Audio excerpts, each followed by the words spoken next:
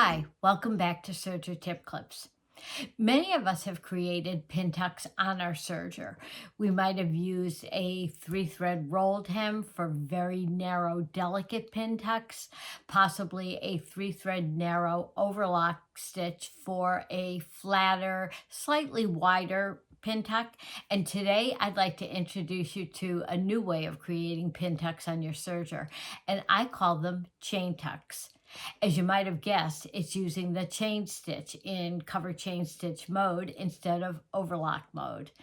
This is, as the other pintucks are, great for all types of projects. I've used them for table runners. You can use them on pillows, all sorts of home deck items, use them on purses, garment stitching. It's absolutely beautiful. And I'll be using my thread fusion also on this, but can you use it just using serger cone thread or all-purpose thread? Absolutely you can. And that's up to you for the look that you want. So let's go and take a look at this and how to create them. I think you're going to like them. Let's look at the process for creating these beautiful chain tucks. First, let me give you my machine setup. I have a 2-thread chain stitch, stitch number 32. But in my chain looper, I'm using thread fusion and have two 12-weight threads in the chain looper, a green and a rust color. Serger cone thread is in my center chain needle. My stitch length is 4.0 because I have the two 12-weight threads. It's going to be a really beautiful long chain.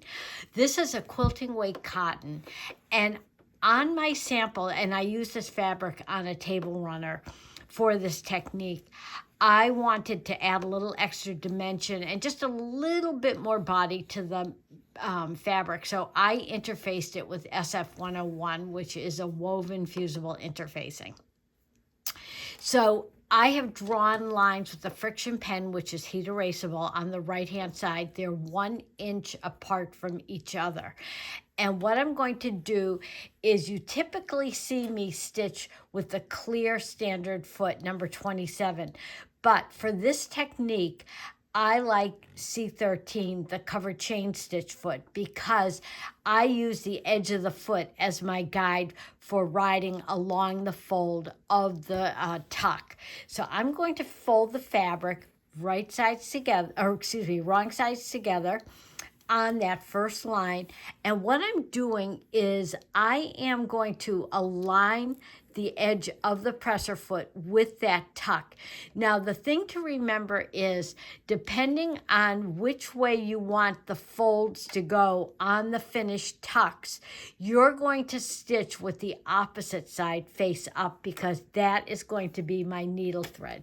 So let's take a look and you'll see exactly what I mean. I'm putting the presser foot down, and the edge of the foot will ride right along that tuck.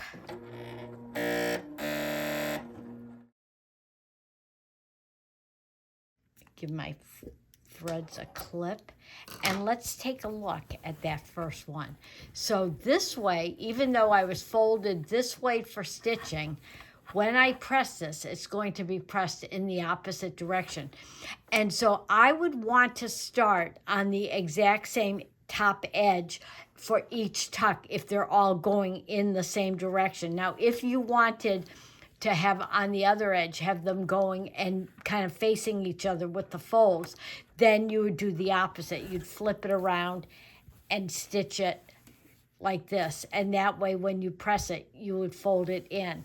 But just for the sake of continuity, we'll start on the same edge all the way up. Get it under my foot. I like to get it lined up nice and even, and I always like to double check and make sure that I am folded on that line. Very simple. Get my locking fork. Give my needle thread a snip, pull it out. My stitch now is locked. So let's look at 2 of these, and then I'll just continue.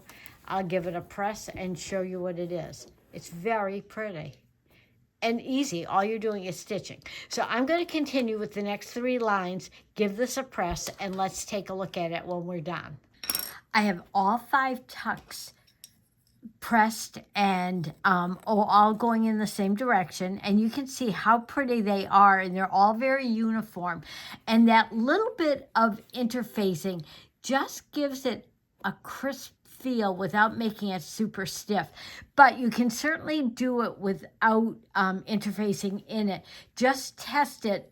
If you're going to use thread fusion or say an 8-weight thread, I would suggest testing it just to be sure that you're not getting any puckering on your fabric, because those heavier weight threads sometimes do require a little bit of extra support on the fabric. So test that out first. But I hope you'll try this out and see whether you like it or not. And again, it's so nice to use on all different types of projects. Thanks for joining me today. I'd love to see your creations using Chaintucks. If you have any questions or comments, leave them below. I'll get back to you quickly with an answer. And if you haven't subscribed yet, I hope you will. And I'll see you again soon. Happy sewing and serging.